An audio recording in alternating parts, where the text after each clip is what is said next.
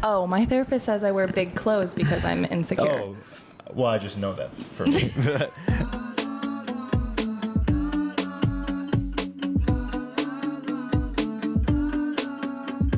Okay, well, welcome to Millennial Made.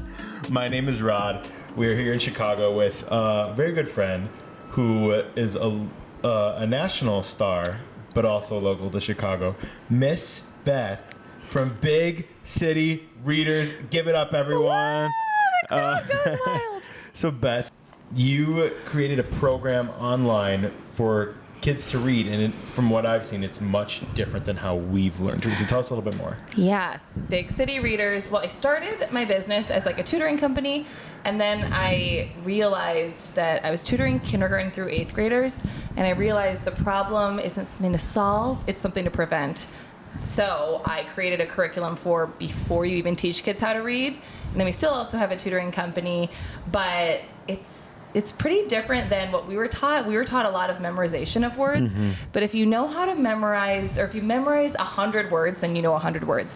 But if you learn 10 sounds and you can put them together, you can make a whole bunch of words. So we need to focus more on sounds, less on letters and memorizing, because we just know the shape of the word, blah, blah, blah. Wow, well, we're going to get into that in a little bit, for sure. I have some questions there. You've met my dog Branch before. I have. Hi, Branch Manager. And he is obsessed with you. Why are you so you fostered obsessed dogs with too, me? didn't you? I did, a little. A little. Also, stand-up comedian. That's right. Studied at Second City. Is there an imposter syndrome you face getting on stage? Oh, getting on stage or getting out of bed? Okay, well, both. But yes. Yeah, stage for Second City? Yeah. Yeah. Well, first of all, like any world, the comedy world, everyone wants to fight over who struggles the most. Oh my God. I don't know if you ever see that. Maybe it's not the comedy world, but that's what I experienced. Well, because you're putting your trauma into jokes. So exactly. It's like, well, my trauma's worse. Exactly. Yeah. And so people are like, oh, this.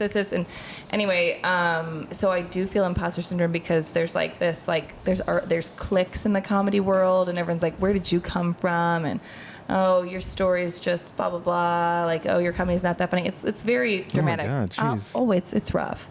But I once won a competition, stand-up comedy competition, and they didn't let me win it because they were like, you haven't been here long enough to win. But it was an audience vote, and I won. Because you're the funniest. Because I was the funniest. What were we talking about? We just went for imposter syndrome, you asked. We just went for a nice little walk. Oh. What were we talking about that we said that we'll discuss? Oh, me meeting my mom's boss? No. No. There's a lot that we I know. go into, we talk about. We were talking about eating custard? No. No. Anyway. Wait. Oh, our jackets? Emotional support pillows? Yeah, emotional support pillows are big. You said that your jacket is your emotional support pillow. Yeah, it's kind of like being in a blanket, so if I feel nervous, I can just hide. Yeah. Okay. And I also wear big scarves so that if I don't like the situation I'm in, I just... Do you Irish goodbye? All the time. Yeah? Mm-hmm. Do you think it's offensive when other people do it to you, though? Yes. Like if I just left a party and didn't say goodbye to you? You've done that to me. Yeah. And you're offended? Yes. Okay, but it's okay if you do it. Okay, no, but one time I Irish goodbye, I remember we were going to... Are you allowed to say Bandit? Do you tell people? No, I love Bandit. Oh, okay. Yeah. Shut up, Bandit. Shut up, Bandit. We were going to Bandit, and I walked in, and you were like, I'm with 4 friends. And I started walking up the stairs, and I heard the music, and I was just not in the right mood for it, and so I just turned around and left. But you were at the front, and I was the 4th friend, and so I texted you. I said, and I left, and you said, and I get that. Yeah, and I get it. And I do get it. At least you texted me. Yeah, so that's how I Irish goodbye. I'll leave, and then I'll be like, I had to go. There have been situations where I've been at Bandit, my phone was on silent, and we were supposed to meet up. Me? Yeah. I know. Yeah. That was recent, and I went to Jenny's instead. Yeah, you did go to Jenny's, which, unpopular opinion, I think Jenny's is highly overrated. Popular opinion, I agree. Yeah. Oh, do you think it is popular opinion? Then why'd you go? Because it was the only thing that was open. Okay. It was midnight. What's your favorite ice cream flavor? At Jenny's or Life? Both. Well, Jenny's, Brambleberry Crisp. Oh, everyone. Well, that's what you named your dog after, isn't it? Bram. Nope. Doesn't reach. And, okay, in Life, it's discontinued, but it's Breyer's Chocolate Rainbow, and it's 5. It sounds gross. That sounds disgusting. No. Oh, my gosh. Actually, I need to know if any millennials that listened to this had this because it was in the 90s, and it looked like a rainbow, but just of browns and white, the one white chocolate. So it was like darkest chocolate, milk chocolate, Belgian chocolate, white chocolate, and oh my gosh, it was beautiful. So it was just a rainbow of the browns and then the white chocolate, and it was the best ice cream in the world, but I haven't seen it in at least 10 years. So it's just chocolate ice cream? Every flavor of chocolate. So what do you, I feel like adulting is having a favorite ice cream flavor growing up and then having a favorite Ben & Jerry's flavor. Oh, interesting. Yeah. Because my sisters and I were like, oh, you love mint chocolate chip. All of us said this to one sister, and she was like, no, I didn't. And like we all were like, what? So we think that adulting is like realizing that no one knows your favorite flavor of ice cream. Oh, there you go. It's like instead of your favorite color, ask your favorite flavor of ice cream. What is your favorite flavor of ice cream? Chocolate mint chocolate chip. No, it's not. Yeah, it really? Ben & Jerry's though, I love Cherry Garcia. No way. Yeah, it's so good. You like cherry stuff? I love cherry stuff. Did not know that. So you are pretty vocal about your dating life on the internet. Yes. Yeah, I get frequent updates about you on apps. From who? You. Oh, from me? Yeah, the guys, they hit me up. The men are telling you. Was it you? I mean, have you seen it? Many people have seen it on. I sent it to you. Yeah, there's this guy that I met at Lottie's, which is a great little dive here in Chicago. A lot of love you, Lottie's. We love Lottie's. A lot of the Chicago shows, like Chicago Fire, Chicago PD, filmed there. This guy I met there, and he's like, Rod, big fan. Can I get a picture with you? And I said, sure. Got a picture with him. The amount of people, even random strangers, be like, you're on this guy's Tinder profile. God. Because he put me on there like that. I think it's your biggest flex or something. Yes. No, it was Hinge for me that I saw that. I'm not on Hinge, Tinder. maybe, I'm a lady. Just kidding. I'm on Tinder. Wait, too. what are your thoughts? Can you explain to me the dating apps, like the different ones? For sure. Okay. Listen, we all can agree that as adults, as millennials, life gets busy, life gets crazy, and it's hard to do the things that we need to do every day in order to live, like eat, and take the time to make mindful meals that are nutritious and tasty. But that's why I love Every Plate. Every Plate is 58% cheaper than most fast casual meals, and you can always feel good about what you're eating. So don't turn to takeout when things get hectic. Instead, get Every Plate delivered. Everyone's always looking forward to those cozy fall flavors, and Every Plate delivers with seasonal favorites like white bean tomato soup with feta and garlic toast and a turkey shepherd's pie topped with garlic mashed potatoes. It's so tasty, and the ingredients are so good for you. Choose any option from their menu, including family-friendly, quick and easy, meat and veggie, and just veggie, so you can try whatever you want without committing to one single preference. And I know for me, like I said, I'm traveling, right? And then I get home and I still have to work during the day. And the last thing I want to do is go to the grocery store. But it's so great that Every Plate delivers right to my door. And it is much more affordable than most meal delivery kits, right? I was a little skeptical thinking that these meal kits might be expensive, but now I'm convinced you can get the same deliciousness at a much lower price.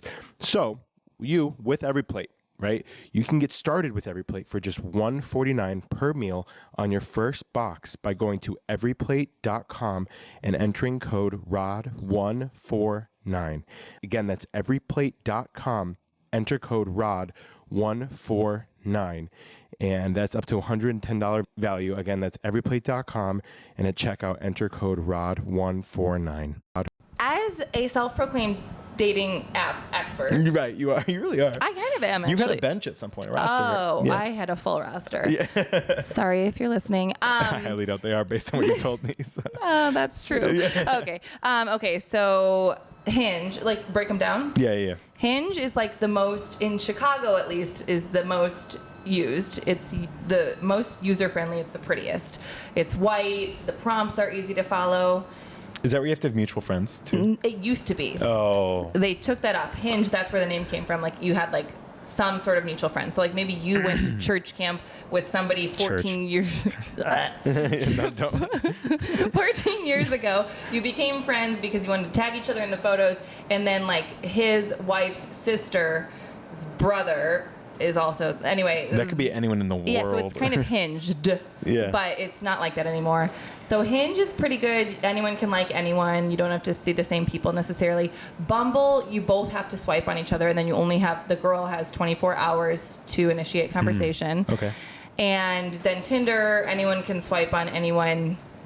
Tinder, I just like the app in general don't like. Like, I think there's more people on Tinder, but I don't like the app. Hinge, I have like literally think I've gotten to the bottom of Hinge, and I'm here to tell you there's not much in there.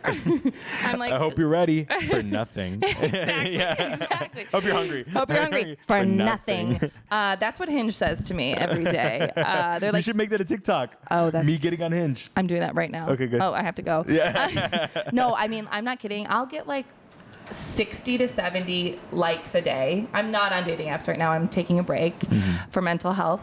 But 60 to 70 likes, none of them are like actual good people. I mean, probably like 3 I would start a conversation with, and I'll be like, okay, for example, one guy said, there's a prompt, and it's like, I'm a regular at, and you're supposed to like tell a little bit about yourself. Like, Okay, you would yeah, say, yeah. I'm a regular at Bandit. Bandit. Or I'm a regular at Lotties. Lotties. You're a regular at Jenny's. No, I'm a regular at my house. Yeah, you are. I am. Yeah. Love it there. So it's like I'm a regular at, and he said 30,000 feet in the air. And I was like, I know. Okay. So I was Okay, like, traveler. traveler, everyone travels. What is this, 2016 Instagram influencer? Yeah. Exactly. yeah. Oh, cool. Yeah. Wow, that tells me so much about you. So I was like, smart. Money, though. That's true. Smart remark. I'm going to give a smart remark. So I said, is that the new restaurant on Halstead? And he said, no, it means flying. And so I was like, So that shows how much he thinks that women can't. exactly. Or he's dumb. So Exactly. Either way. Oh, I told you about the guy that was like, what is your, I was listening to you talk about your brother who's autistic, but I was wondering, what is your natural hair color? Yeah. And you were like, that is so micro-misogynistic. Yeah. So that was somebody I did go on a date with. That's the one. Is that the one that you had to keep? Is he the one that kept touching you? Yes. Not inappropriately. No, but he just like was like. Well, I'm like- any touching's well, inappropriate. and but he was like, what's on your shoulder? I'm like, please don't touch me. yeah. Ugh. So that was a good match that went on a date, and that night was why I deactivated all my accounts. You're like, I'm going home to do this. And he's like, are your eyes real? And I was like, do you mean do I have glass eyes? He's like, no, obviously I mean, are they colored contacts? I'm like, no. And he was, well, take the compliment. I was like, I didn't. Oh my God. that was a good date, Rod. That was a good date. This is why I go on the internet to talk about my dates. Great. Shared experiences. All of the women, unfortunately, agree. You set up a phone and, unbeknownst to the man, record the conversation. Sometimes. Not like in a bad. You're not exposing them for anything. It's just like you're just eating pizza. It's like when you get bored on a date and then you just. Yeah. So I like hate inefficiency. So if I'm like hating a date and it's like we still have a full drink and I don't want to like just leave, which I probably should, then I'll be like, oh, let me just like. I started with, I was like, no one's going to believe me that how bad this date is. So I recorded myself. And so then I started recording myself. I don't record the person. And it's gotten a little bit of traction. There you go. People love to see people dating on the internet. Somebody literally was like talking to me on a date the other day and was like, it's the problem is people are too soft in the public school system. And I was like, oh, for sure. Tell me more about this. Yeah, like educate me on being in education. Yeah. And I was like, you're an educator. Yeah. I was like, for sure. Cool. Yeah. In regards to, you being an educator, most of your classes are done on Zoom. Yes. What is your biggest Zoom anxiety? Oh. Or just like in general having meetings and stuff on Zoom? I guess actually today I was on Zoom and I was wearing I always wear the same thing when I teach kids classes, for consistency for kids.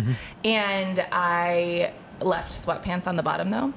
And I was like, what if I get something stuck in my throat and I need to get up from the call to get a glass of water? That is an intrusive thought if I've ever heard one. I know, Yeah. and then people are gonna what if it's like my sweatshirt gets cropped and then all of my stomach shows or something? Oh my God. What if someone comes in with scissors and cuts off half of my shirt? Yeah. That's not a thought you've had? No. Oh, what's your Zoom anxiety? Oh, my Zoom anxiety is because oftentimes I will also be in sweatpants or just underwear getting on a call. And so I'll turn it on. I'll make sure that like everything looks fine. Like you can only see top up. And then we've all been there where you sleep. Don't look like that. Where you sleep into the last minute. Yeah. You need to give me a look. Oh, I gave them a look. Yeah. Where you sleep to the last minute. Yes. And then you're like, oh shit, I gotta get on a Zoom call. And all you have time to do is brush your teeth and then hop on a Zoom call. Yeah. And so what's... Oh, so anyway, that you know how before you get on a Zoom, it's like, does everything look good? Yeah. My biggest anxiety is that what I see is what other people are already seeing. Oh. You know what I mean? Like the picture that Zoom puts on, it's like, this is just for you to see how you look. Yes. Other people can actually see. Yes. I guess another thing is like that I'm like trying to make sure I don't have any like black bean soup in my teeth. Oh, that's very specific. I love black bean soup. Is that what you had for lunch? Yes. Yeah, Black soup in my no, teeth? you offered. Remember, you offered. You're like, do you want half of my soup? And you Oh, go, yeah. honestly, I'm okay. I'm a big soup gal. I went actually on a date to a wine shop, and he was like, "Do you want to like split an appetizer?" I was like, "Yeah." And it was like in the middle of August, and I was like, "How about what's the soup of the day?" And he was like, no. Split a soup? I was joking. I was just trying to see if the guy would be like down for whatever, you know? Well, these are my subtle tests because I need someone who's flexible. But if someone's very rigid and says soup is for winter, then I know that they're not as flexible. wait. What are the other tests that you put in the Oh, date? everything is a test. I'll do, okay, so I was at a date and we were ordering wine, and then they were like, let me send the sommelier over. And is that the wine person's name? Okay. And Good job. Thank you. I actually never knew what it was. Yeah. I thought it was a type of food. I know it because of Parks and Recreation, Parks and which you Recreation. probably never seen. Never. Whenever I talk about a show, you're like, I haven't seen it. I have seen Parks and Rec. I said you've never seen it. You go never. Yeah, it was a joke. I thought you were Oh. being sarcastic. No, yeah, when they go to that winery that one day and then Ben gets drunk on blue wine. Yes. You don't remember it? No, was that like season 4? Probably, yeah. Is that when Ben and Leslie were engaged already? Yeah. Yeah, I remember. I do. See? Prove it. Okay, the test was, though, they sent the sommelier over, and they were like, will you try this wine? We have this wine plate for you to try. And I was like, great. And I started tasting the wine, and I was like, but listen, I don't have, like, a wine palate. I don't really, like, know different types of wine. I couldn't know if it's expensive or not, so, like, whatever. And they were like, I bet you'll notice the differences in these types of wines. And they're like, what are you tasting? And I said, I'm tasting like First Communion wine.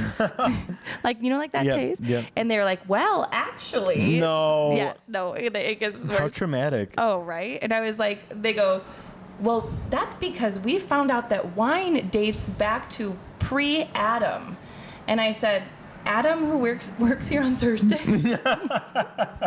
And my date was like, no, we talking about Adam and Eve. And I knew in that moment that we would never get along because He wouldn't get the banter. he wouldn't get the That's banter. kind of your test. Is like, do they get my banter? I need banter. I don't Adam, care. who works here on Wednesday.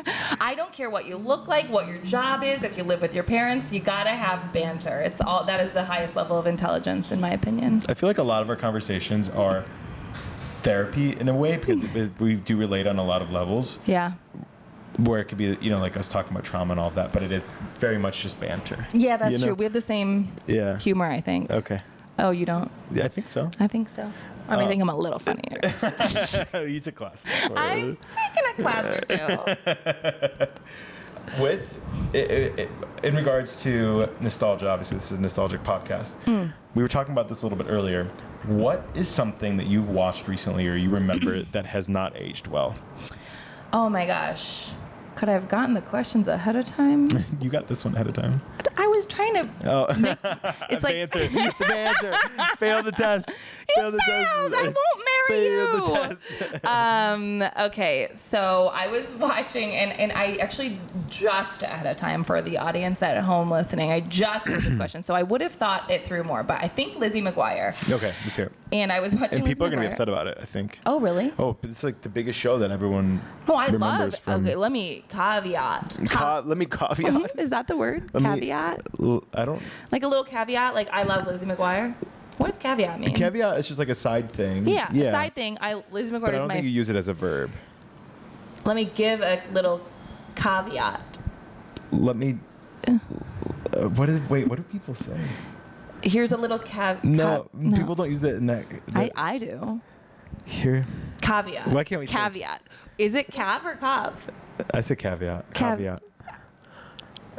Are we having break? Can you teach me how to read? I am. Well, which one is it? Doesn't it sound weird? Say it. Caveat. But you say caveat? Caveat. Egg.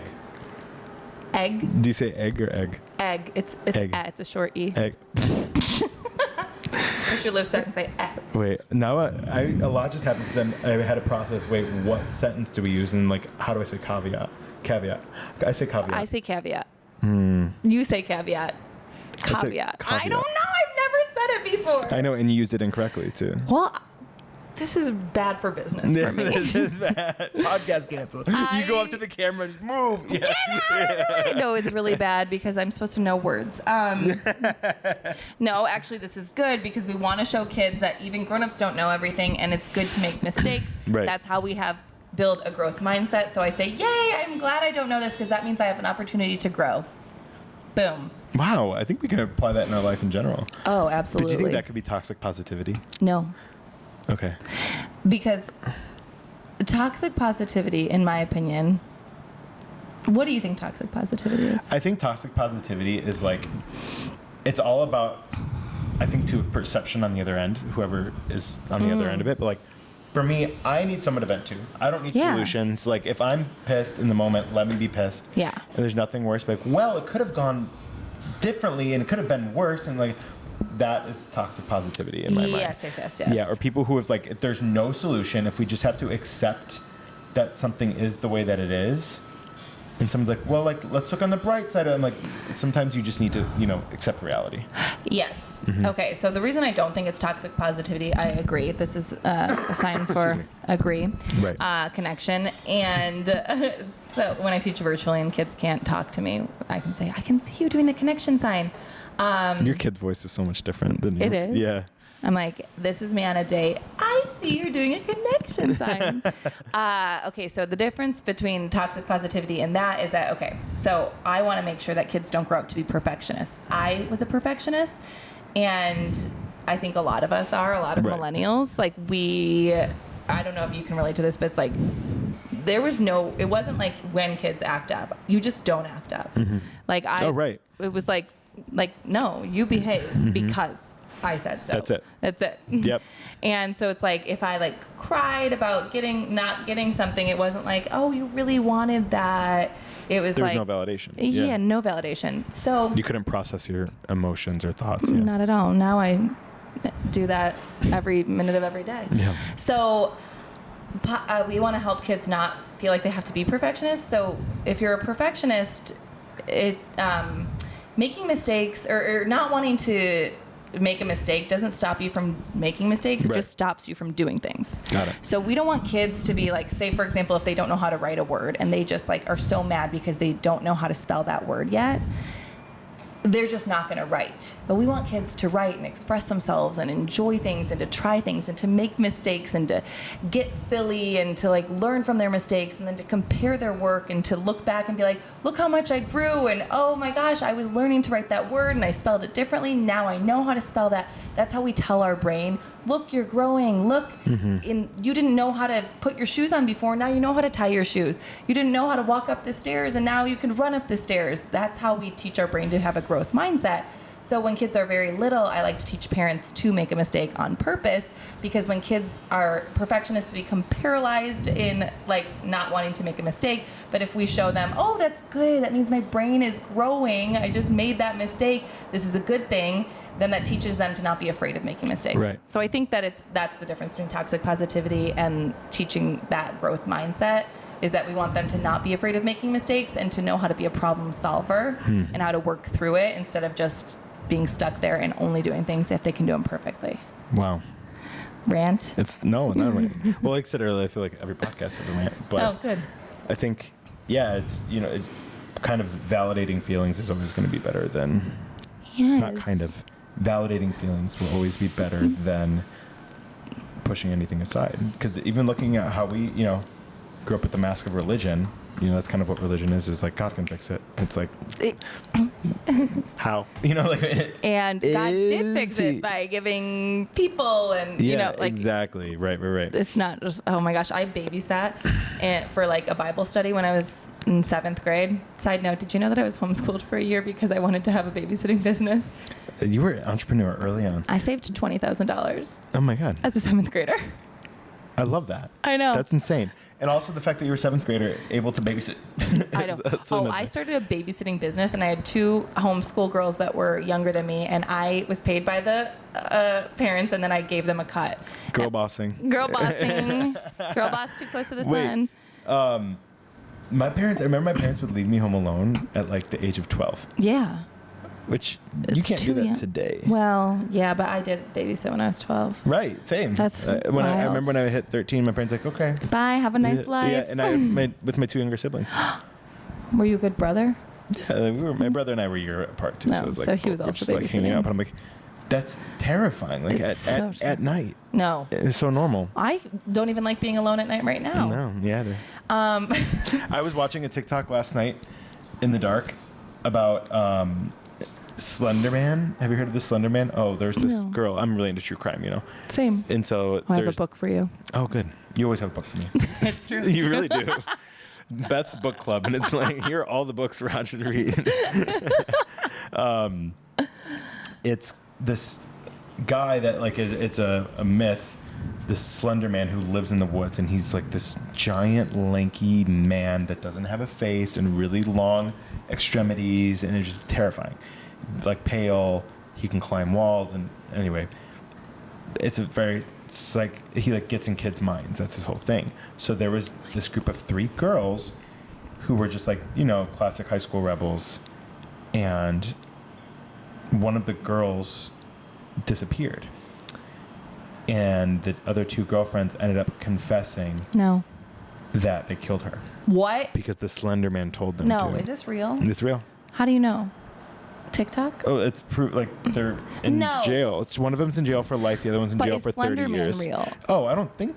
No, Slender Man is like a man. Like it's like a spirit. Oh, no. So anyway, I was watching that in dark last night. And that is I why locked my door. Like that would do anything. Yeah. spirits can go through doors. Yeah.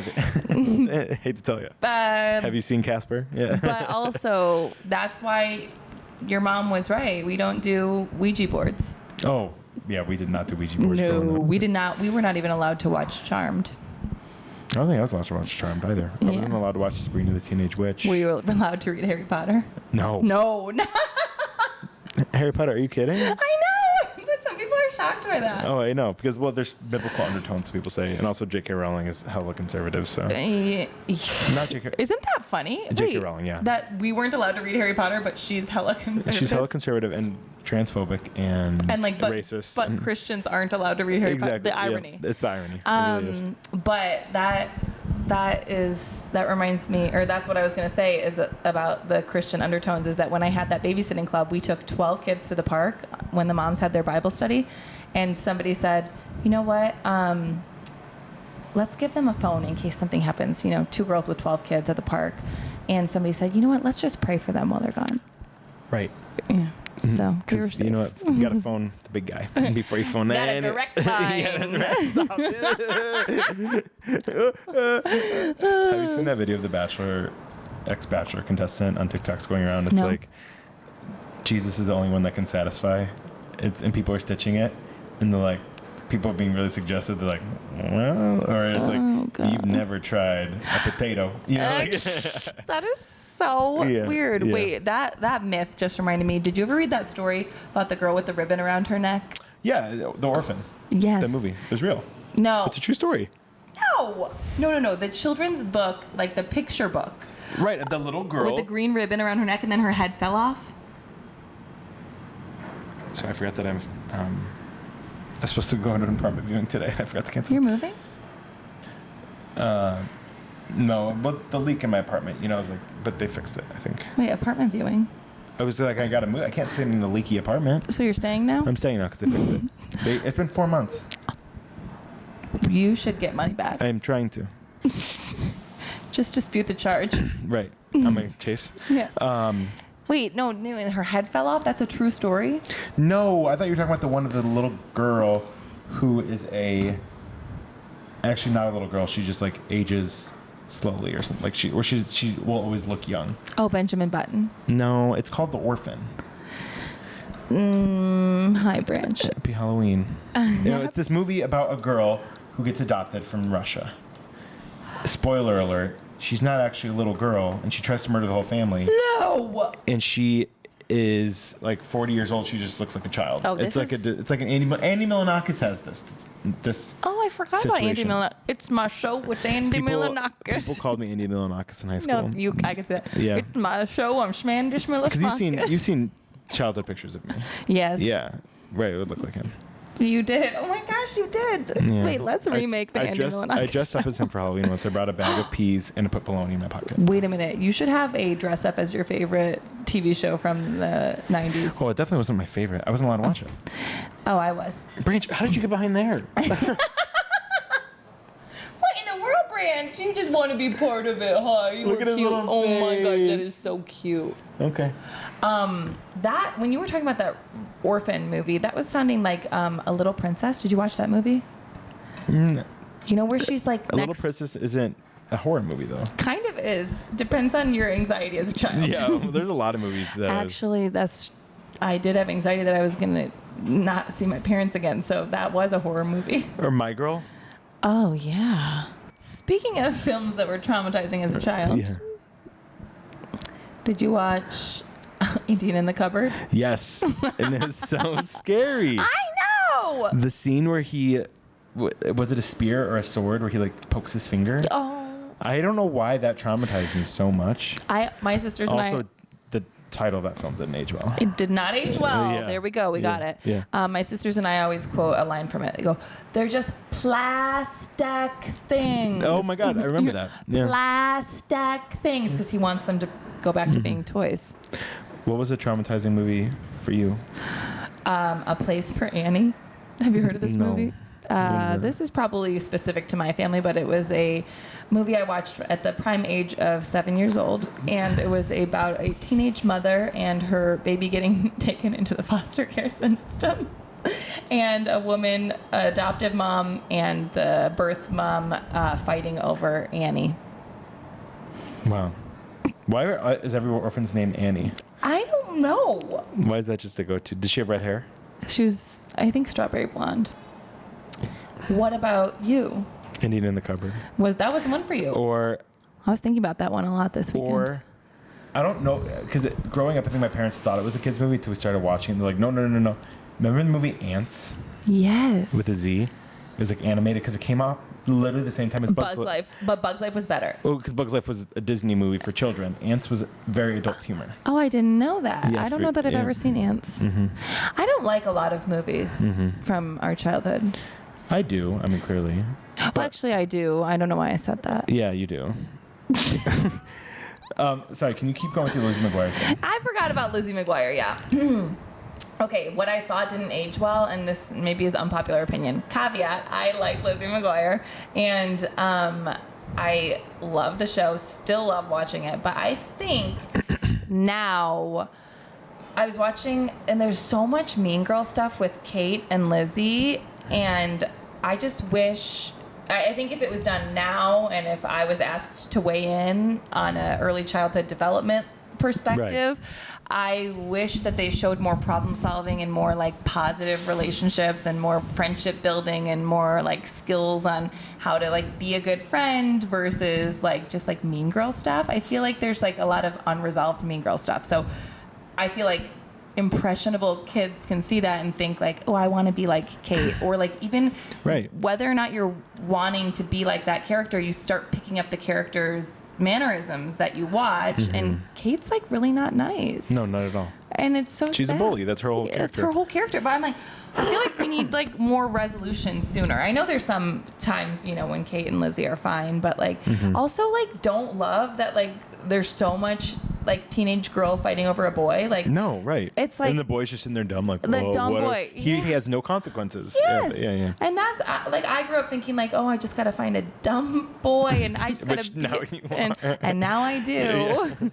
But I wish that it was more like, I know that Gordo does come in and that is the real love, but I just wish there was more like positive friendship and more like empowerment. That's huge. Yeah. Or like, there's kind of resolution at the end of was the Lizzie McGuire movie the end of the series? Yeah. It wasn't like in the middle. I thought it was in the middle of it. I can't remember. I have it on DVD. Are you looking up? I'm looking it up. Okay, Liz McGuire ran for 2 seasons only. That's it? No, I watched it for 17 years. That is a lie. That is a lie. And I was 11. It was 2001. Wait. How many seasons? Are you the year that it is? Let's see. What do you mean? Like, if you were born in 1990, then whatever the year, like, so like in 2023, you'll be 33. 33. But like, that's not what it is. well, whatever the last number is the age you're turning. Yeah. 2 seasons. Same. Lizzie McGuire was only 2 seasons. That is, someone needs to fact check that. That can't be real. No, I know that I watched 15 seasons. No, this is a lie. Somebody is lying. But it's 65 episodes because on Disney Channel, so it's like 32 episodes. Oh, each and right season. now, like, what is like a typical show? 22. I have been watching shows that have but even now, it's eight like episodes. everything on streaming is like 8 to 10 episodes. Yeah. Wait, guess how many seasons? That's Even a Raven. Steven? That's Oh. a Raven. 6. 4. Well, that makes more sense. I did watch that So Raven a lot. Even Stevens. 7. 3. Dang it. I'm so bad at this. Give me another one. Phil of the Future. 2. Yes! I did not like Phil of the Future. How are these shows so well known and we remember them so vividly, but they were in our very formative years? Yes. Oh, how about Reba? I know. I love Reba. I've been watching Reba at Wait, night. It before you is go so. on. Do you know? Do you say before you go on? How many seasons of Boy Meets World? Oh, 6. 7. I knew it, but I said 6 and I didn't know it. Reba, I think there's like 11 seasons. Did you know how many seasons? Are you looking up Reba? Yeah, I'm looking to see how many seasons. They're not 11 seasons. How many? First aired October 5th, 2001. Final episode February 18th, 2007. So how many seasons? 6. And I said 11. 11. Okay. Your concept of time might be a little screwed. Yeah. What? But I loved Reba so much. Van was my first crush. I loved it so much that I wanted. Did you watch Shameless? No. Oh, he's in that show. It's too much. It's too he's happy for me. Very dark character, so I wouldn't watch it. I don't want that would to. ruin things. But I wanted to name my first daughter Cheyenne. From that. And Haley Joe was going to be my second daughter. Great. How many siblings do you have? You have a lot. 7. 7 Yeah. siblings. Big family. Big fam. Big fam. Okay, well, I did want to ask Yeah. a question Sure. that you are an expert in. What is, obviously you made a career out of this. So growing up, how were we taught to read? Like, if you had to maybe give it like a 3-sentence or, a high level overview. I appreciate the Yeah. expectation of 3 sentences because I'm like, how much time should I talk about this? Right. I would say, okay, well, for me, I was marked as a slow reader and went to a reading specialist, and it was the most shame-inducing thing of my life. Right. It was this woman in a closet, this old woman in a closet, and they said, okay, the kids that need help with reading need to go with Mrs. Smith now, and called out our names. And I was like 7 years old, and I was like, I know that this is bad. They should have been like, okay, some of you are going to work with us. Some of you, they should have introduced the reading specialist and been like people classify it based on animals sometimes. Yes. But it was so horrible, in my opinion, that I asked my parents if I could go to a different school. But, so first of all, like the psychology behind it has changed a lot. It's actually still changing a lot. Even whenever I post something, some teachers get so defensive and they're like, I'm sorry, I can't coddle kids. I'm like, you're not going to be able to teach kids how to read if they don't feel safe emotionally. Right. You can't teach them anything. Yeah, their mind's blocked up. Yeah, they're in a trauma state. They're in fight or flight. Anyway, I could talk about that for years. But so that was one thing that's changed psychology. I think we've also learned how to read in like a very, like we did popcorn reading. Did you do popcorn reading? Oh my God. Whenever you're doing popcorn reading, you're like, I have to read the next paragraph. You're not paying attention. Oh my God. Exactly. I would only remember my paragraph. Yeah. Oh, yeah. you're because I was an education major, and we were taught popcorn to use popcorn reading. It is they use popcorn reading in my curriculum that I like how I learned in college. No. Yeah. Yeah, same. Okay, so we. But also it's because my college hired kindergarten teachers to teach. Well, they aren't. This is like a much higher level, and I'm trying to work with my publicist on creating big change in the education system at the university level, because teachers aren't. It's not teachers' fault, and like they need to be given better. And professors are just like experts, but they're not taught how to teach a lot of times. Exactly. Yeah. So like you're taught strategies like if a child doesn't know the word, tell them to cover up the word, skip it, and then guess what the word could be. In no way in doing that is that reading. No. Or look at the pictures and what could make sense. Or look at the first sound and the last sound and what could it be. Mm-hmm. So like if you didn't know like the word peanut, if you know the P and the T, you could guess, and it's like parachute. Like, you know, and kids get by because if they just have, you know, like a few errors, they can like pass these tests. And so it's like, look, everyone in second grade is reading at this level. And it's like, if you teach them to memorize a whole bunch of words that occur frequently in the reading test, then you're teaching to the test. And that's how most teachers and how most of us were taught how to read. But 65% of adults are functionally illiterate. 65%. Yes. What is functionally illiterate mean? It means like, this is me. As a reading teacher, specialized in reading for 10 years, I've taken courses and courses and courses and gone to so much school, and I'm like created my own curriculum. I still do this. If I look at a word, I don't read you should be able to chunk a word and like know if a syllable is open or closed, and if it's like open or closed will tell you if the vowel is long or short. Like it's not just like a guess. But I'll look at a word if I've never seen it before, and I like jumble through it. So say it's like someone's last name, and it's like horseradish, and I've never seen that word before, and I would just look at it and I would go horseradish. Yeah. Have you ever done that where you like look and you just kind of like guess? And I'll like ask how it's pronounced if I think something. Well, okay, say it's like a word. Okay. I can power through a foreign word. Oftentimes. Well, actually, to be honest, many people can power through, but it depends on like your socioeconomic status, so a lot of kids, average to upper middle class kids, can get by with these guessing things, but it becomes like a much bigger social justice issue because like literacy is a social justice issue. You know, they say there's this phrase in the reading world, we say literacy and justice for all. Wow. But everyone should be able to learn how to read the right way. So if we teach people to just guess words or to memorize words that they know, or even to rely on background knowledge. So like say, okay, real quick example, a kid is learning to read and it's a picture of a little girl riding a bike and it says she rides a bicycle.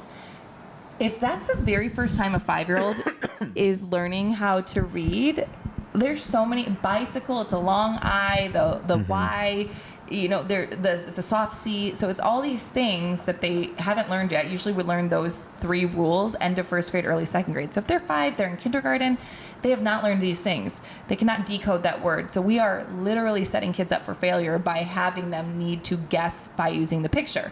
A lot of kids can. Say a child has never seen a bicycle before. Their family can't afford it. No one in the neighborhood has bicycles. So they can't read that word. So then they get marked as not a reader. These kids are higher readers. But it's not actually reading. It's not actually reading. They just have more experiences. They have more background knowledge. And they have better guessing skills. Jeez. I never thought about it that way. Isn't that crazy?